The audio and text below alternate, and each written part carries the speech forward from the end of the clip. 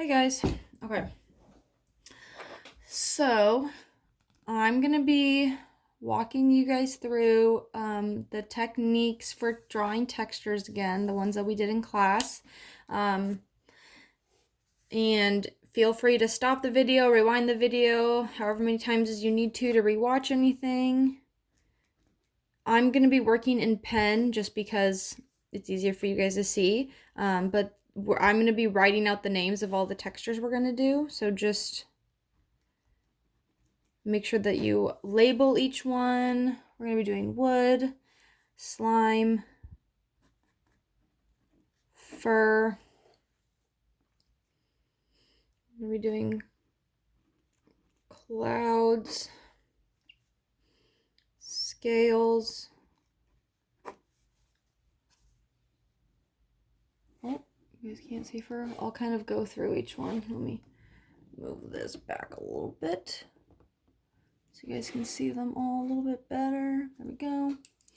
And then, so we'll do a wood texture, a slimy texture, fur, clouds, scales, and I'm blanking, guys. What were the other ones?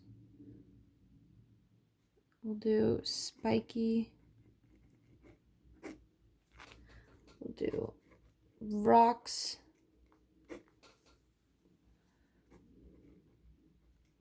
Brick. I think that's all of them. Yeah, that's all of them. So we'll be doing these 8 textures. You are also more than welcome to make your own textures. These aren't going to be the only ones you have to choose from for our texture hands, but it's just something that you can work off of and take inspiration from for your project. So for our wood texture, I'm just going to be containing it in a rectangular shape. And with wood, the biggest thing that's going to help us is making that wood grain. So all you're going to do is just kind of have these like crooked lines going up and down. They don't have to be perfect, but you definitely want to make sure that they are close together. And then sometimes I like to add in a swirl every once in a while for the wood knots. But notice how my lines aren't perfect. That's kind of what helps us get that more natural look. And all your knots they're just these swirl shapes. So I'm just kind of going in and adding a swirl shape like that. Just kind of go in, add some more of those lines, and voila, you have a nice wood grain. Now next is for our slime, and this is going to be basically just some sort of like melting, slimy, watery texture. So I'm just going to kind of build it like a mound of slime. So the biggest thing you're not going to want to do is do your drips like these perfect U shapes. We're going to kind of want to make them like an open teardrop. So going from small to large and back to small. Okay. So we're going to start with our mound, and we'll kind of go in with those big to small drips, kind of changing the size of things. You can even go in, add some of these layers. You can even add some layers on the side. And you just want to make sure that your movements are very flowy. Yeah, these little drip marks throughout it. It's just all about kind of not overthinking and just letting your pencil flow and just getting this organic shape here. So just making sure that you're doing the open teardrop shape, nothing is closed at the top, and just kind of letting it flow, changing the length and size of your drips, and just kind of having some fun with it. Now we're gonna move on to fur. And one thing that people tend to want to do is just do these straight lines. We don't want to do that. Okay, it makes it a little too stiff. We want fur at first soft and flowy. So we want to try and have your pencil or pen flick the paper. So you'll have these slight bends in your marks. And you don't need to push hard. I'm not going in like this. I'm not going one by one. It's a very fast motion. becomes a lot more hair-like and very thin. Or you can kind of go in this Dr. Seuss route where you're kind of making these long, various triangular shapes going in different directions, which can also do a great variety of hair. So those are two different ways that you can go about that. You can either do a combo of the two where you add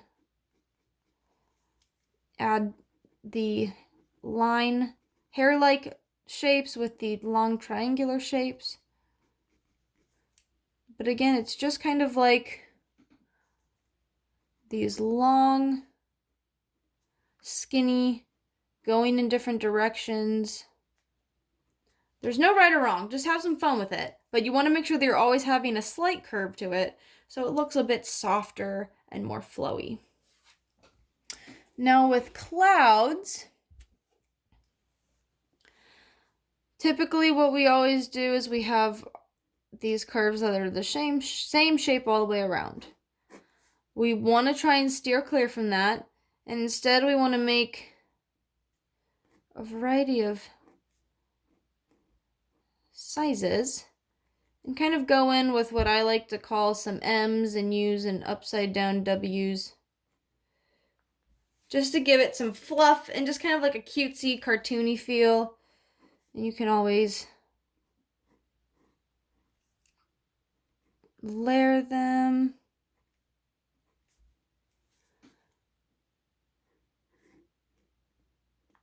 Kind of like the Toy Story clouds.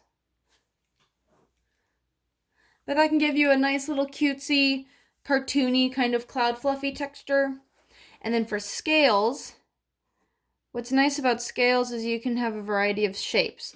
Now, when you do your first row of scales, you want to stagger the next row. So instead of just going directly under, I want to go in between these gaps with my next scale shape. And you can make them sharp scales.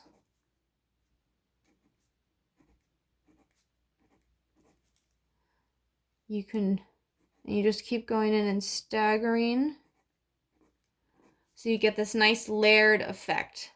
So you can imagine as if you'd run your finger across, it'd be very bumpy with how they're staggered. So you can vary them in that sense. You can really do this with any sort of shape. You can make up your own scale shape. You can do this with feathers. If you do a feather, you have, your line, and then you're kind of using that fuzzy texture technique to make your feather shape. Or you can even do a feather shape kind of like a fuzzy almond shape. You can do a bunch of these that way.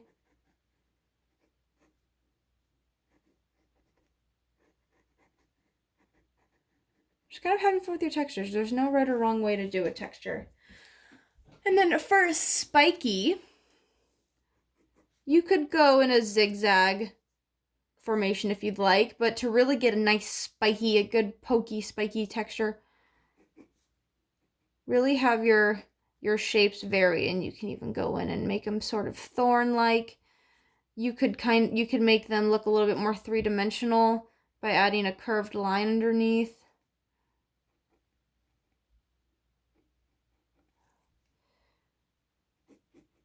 Just really jagged, sharp edges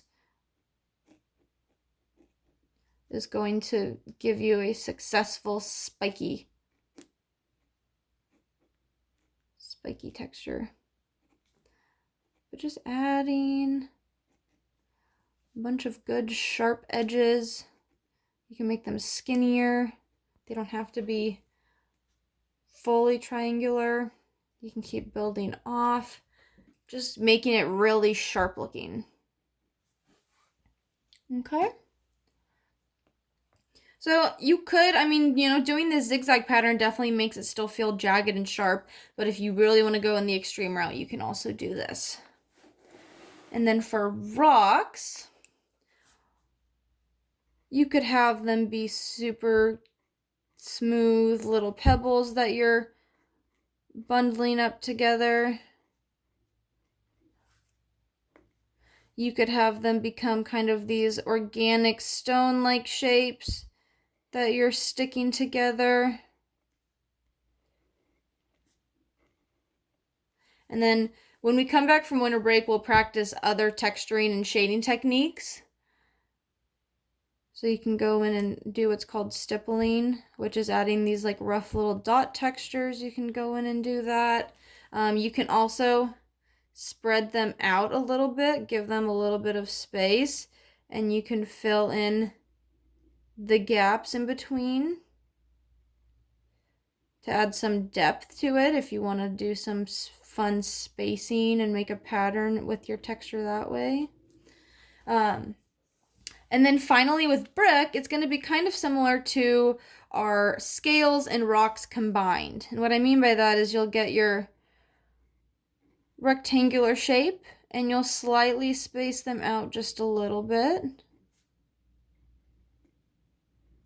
And then I'm going to stagger them, so I'm not going to line them up perfectly underneath one another. I'm going to make it a little uneven in lining them up. And what I mean by that is I'm not putting one directly underneath. They're kind of going off-centered a little bit each time.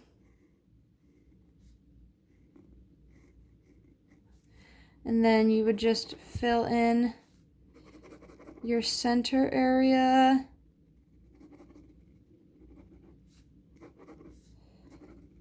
I'm just doing this quickly.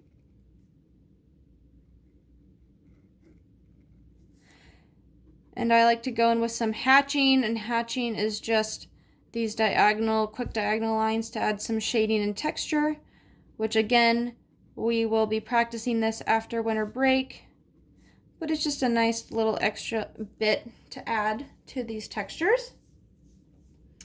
And then a quick thing you can do as like a fun little activity to really experiment with textures is you can always write your name in block letters or bubble letters. And then you can always transform each letter into a texture. So like if I want to make my M sort of the slimy one, I can always do that.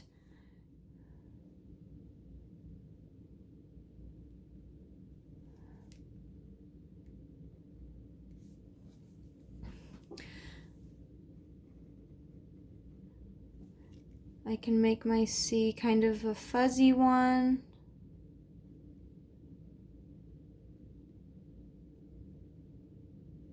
Just kind of going in and practicing with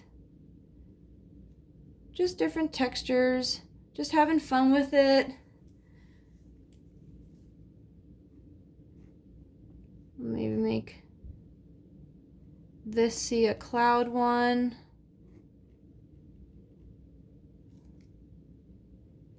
Now again, it's best to work with a pencil.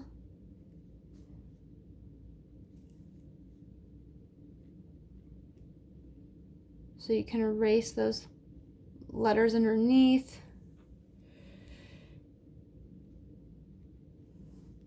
But yeah, so just kind of experiment, have some fun with these. If you need to rewind or try something new, you can always make up your own textures too. Just kind of have fun with your different types of lines, but I hope you guys have a good winter break. This is going to be posted on Google Classroom the whole time for you to refer to, and just kind of have fun with your textures. These are just examples. You don't have to use these if you don't want to, but don't forget to always send me an email or comment on Google Classroom if you ever have any questions, and I hope you guys have a good break. I'll see you in the new year.